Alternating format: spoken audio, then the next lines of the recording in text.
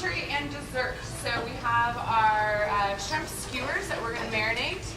Then we're going to move on to the grilled peaches. They need a little while to marinate as well. So what we have here is fresh squeezed orange juice, nothing but the best. Shallots again. Pretentious onions. Some garlic. Can't go wrong with garlic. Some fresh picked mint. With mint in a marinade, you really don't need to chop it up. You just kind of tear it. You don't want to bruise it and make it too black. Some more cilantro. Same thing. You just kind of tear it. And some parsley.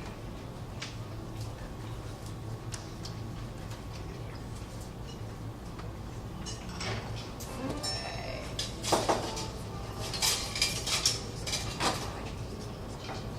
I waited to squeeze my lemon. Here's a little trick if you do not know it. If you cut it on the lengthwise of the lemon, you can catch the seeds a little bit easier.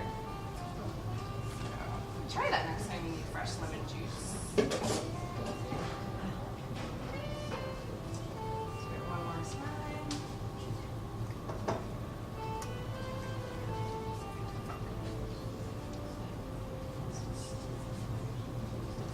And then we have, of course, some salt and pepper. I use kosher salt or sea salt almost exclusively. It dissolves a little bit better than other salts. So we have an arsenal. And we're just going to loosely mix this.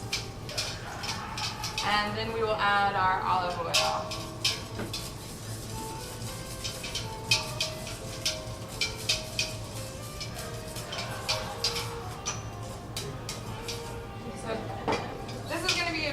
Chunky marinade, some coriander.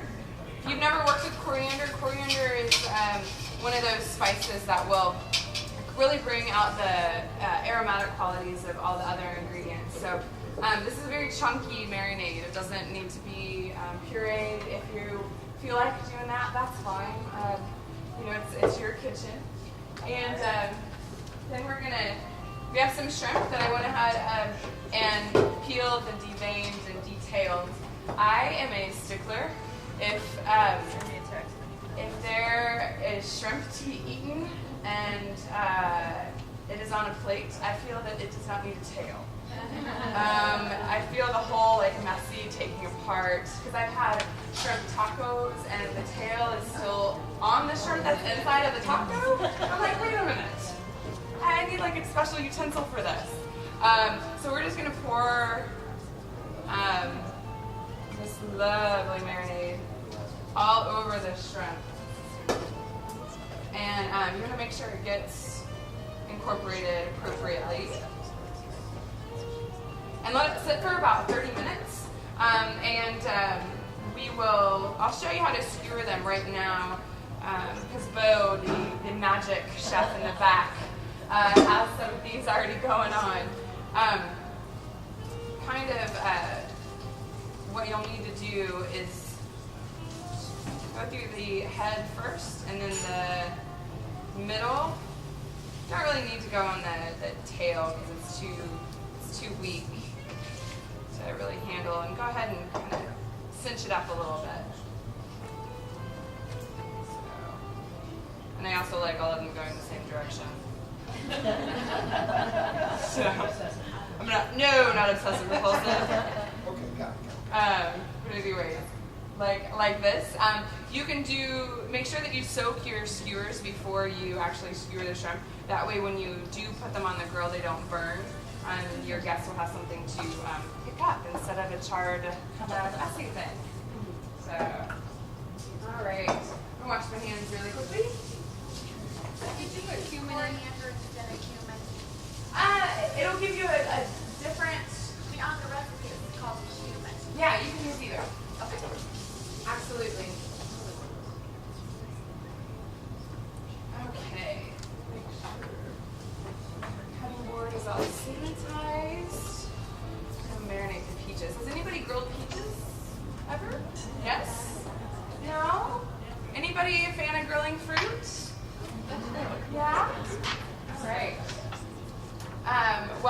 again, peaches are extremely good right now.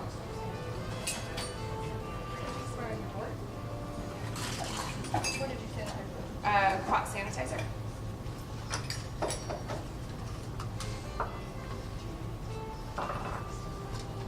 And this is an oldie but a goodie.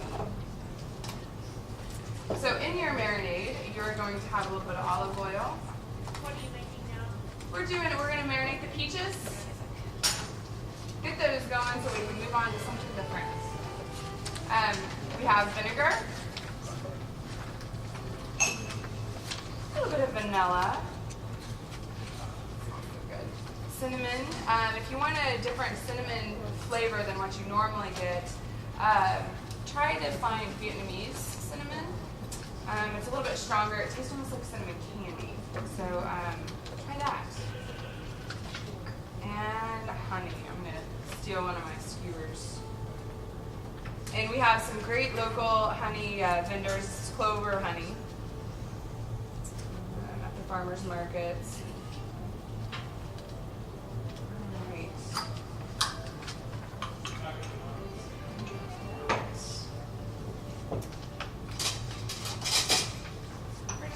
Again, this is a very loose marinade. You don't need it to be emulsified like a normal dressing. And the reason why I marinate the fruit is that it'll start to break down the fibers in the fruit itself. So that way it'll be more tender and more juicy as opposed to just kind of a rock hard peach that didn't get any assistance. Thanks. And I like to keep them at least halved, if not quartered.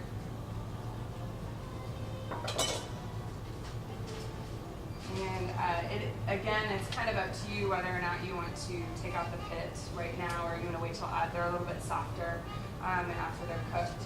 So I take them out before. Sometimes they're not that gracious, but you usually can just pull them out. And the peaches that you find at the market right now, they will tell you that they're about a day out from ripeness, so keep that in mind. Okay, we're going to let these sit for about 30 minutes. Again, same time frame as the shrimp.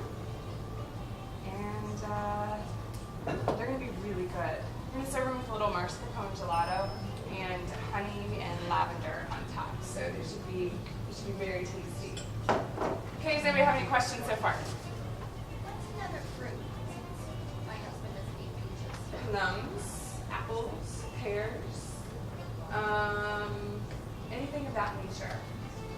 Yeah, any stone fruit. It's really good. If you're daring, you can try to do some cherries. Who knows? If you have a small grill, yeah, if you have a mesh, then that will be fine. All right, we're going to check on our soup over here and see what she was talking about. It's created a seal. So I want to make sure that I lift it off. There we go. Okay, that's smelling really good. And do you have the warm soup ready back there? Yeah. All right, let's get that going. So as you see, if I take a gander, it's all melding together. And at this point, we're going to take out the corn cobs because they've had enough time to release all of their lovely milk and their juice.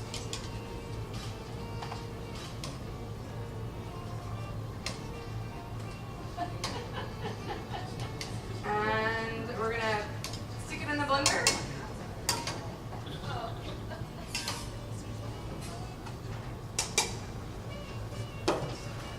At this point, we're going to stick it in the blender and puree it, and then we're going to actually put it back on the stove with some of those fresh corn kernels for about a minute or so.